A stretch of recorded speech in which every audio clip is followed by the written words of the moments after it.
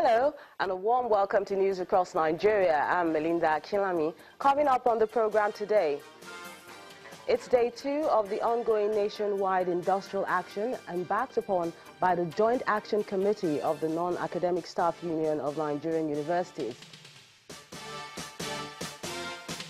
Judicial Commission of Inquiry submits report on Ilofa Odoawa crashes to Governor Abdul Fattah Ahmed of Kwara State. And Minister of Health certifies medical facility at flood victims camp in Makurdi, Benue State.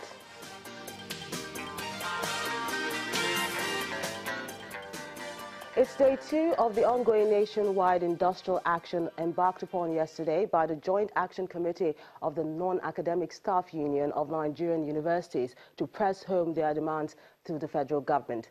Their demands, which amongst other things, include payment of allowances, which are not different from the striking university lecturers. The strike has been total across the country as members of the unions are compelled to stay at home. Serious sanctions will be imposed on any traditional ruler or individual found to be encouraging communal conflict in Kwara State, and that's according to the Governor, Abdul Fattah Ahmed, after receiving the report from the chairman of the Judicial Committee of Inquiry into the Ilofa Odoawa communal clashes. He assured the people that the recommendations of the report will be fully implemented. On June 29th and 30th this year, 3 people were killed as a result of the communal crisis that erupted between neighboring Odoawa and Ilofa communities in Okeero, local government of Kwara State.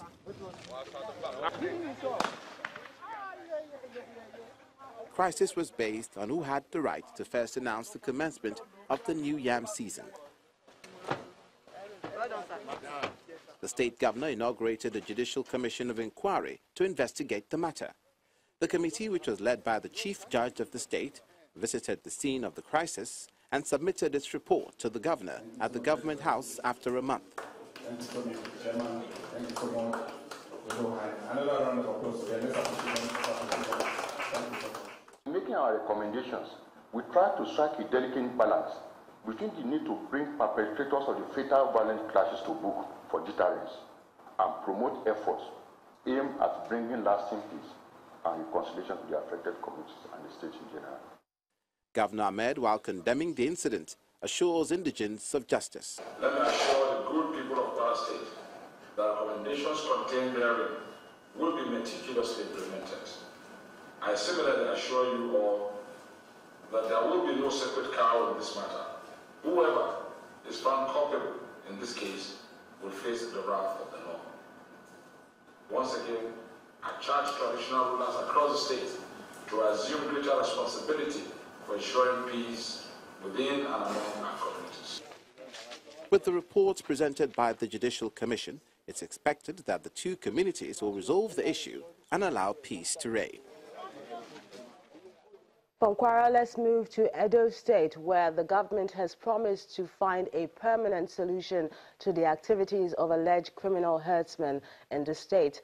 That assurance is coming from the deputy governor while responding to another murder allegedly perpetrated by herdsmen in a community. The deputy governor says the government is beefing up security at flashpoints across the state. On the 31st of August 2017, a Bank community in Orioma local government area of Edo State was thrown into mourning when one of its leaders, Efosa Moyege, was allegedly murdered by herdsmen in his farm. That ugly incident raises questions as to what the state government is doing about the activities of the alleged herdsmen and the anti-open grazing bill that the Edo State lawmakers put on hold due to criticisms about its contents. There are certain bills that, whether we like it or not, must have the input of both the executive, judiciary, and stakeholders. It's not every bill that can be sponsored as private member bills. There are bills that are too sensitive to be private member bills. We will do our own side of it. So the executive will be part of it. The general public will be part of it. Everybody will be involved to ensure that once it comes, it will have the necessary attention, consideration, and if possible, all the amendments would have been done. The Edo State Deputy Governor Philip Shaibu, however, explained that government is not resting on its oars on the matter. So there are a lot of things we are looking at, and there are a lot of things we've already done. Security matters are not what you discuss. That is why I will not want to give you details of what we are doing and those that are already involved and things we have done so far. But what is key is that we've succeeded in reducing it to the barest minimum, pending when permanent solutions we arrive at. In the interim, the Deputy Governor assured that security is being beefed up in all the flashpoints in the state while waiting for the report that will provide a permanent solution to the issue. The Minister of Health, Professor Isaac Adewale, has certified the medical facility for the internally displaced persons in Benue State as adequate to cope with their health needs. He confirmed this when he visited the medical facility set up by the Benue State government and the Nigerian Air Force for the IDPs in Makurdi. Meanwhile, the wife of the president, Aisha Buhari, represented by the wife of the Nasarawa State Governor, Mero Al-Makura, donated relief materials to the IDPs.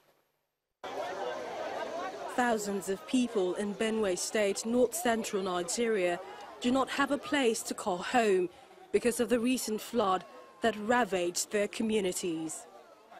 They now take shelter at an internally displaced camp in Makurdi. The influx of victims comes with its challenges. The federal government rises to the occasion for the Minister of Health, who arrives at the Makurdi IDP camp to inspect the medical facilities and lend support. I think it's exactly the same. The Air Force has done a good job. The State Ministry of Health has done a good job. You could see water and environment being involved. So there is actually synergy. And so what we'll do is whatever is missing, we'll add. But so far, I think things are good on ground.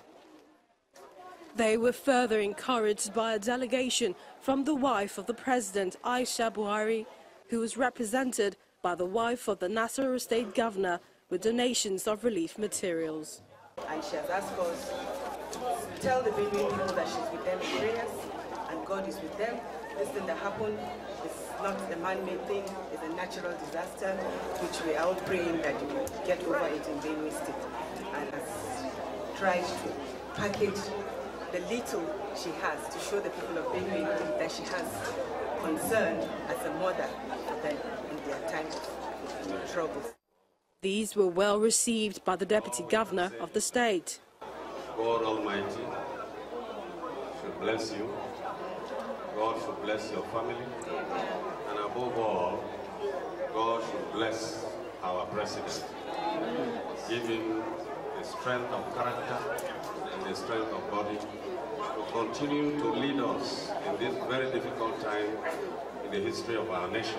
The health facility, which was jointly set up by the Nigerian Air Force and the Benue State government, has been given the thumbs up by the Ministry of Health, and its impact will in no small way boost the morale of the flood victims who can't wait to return to their homes.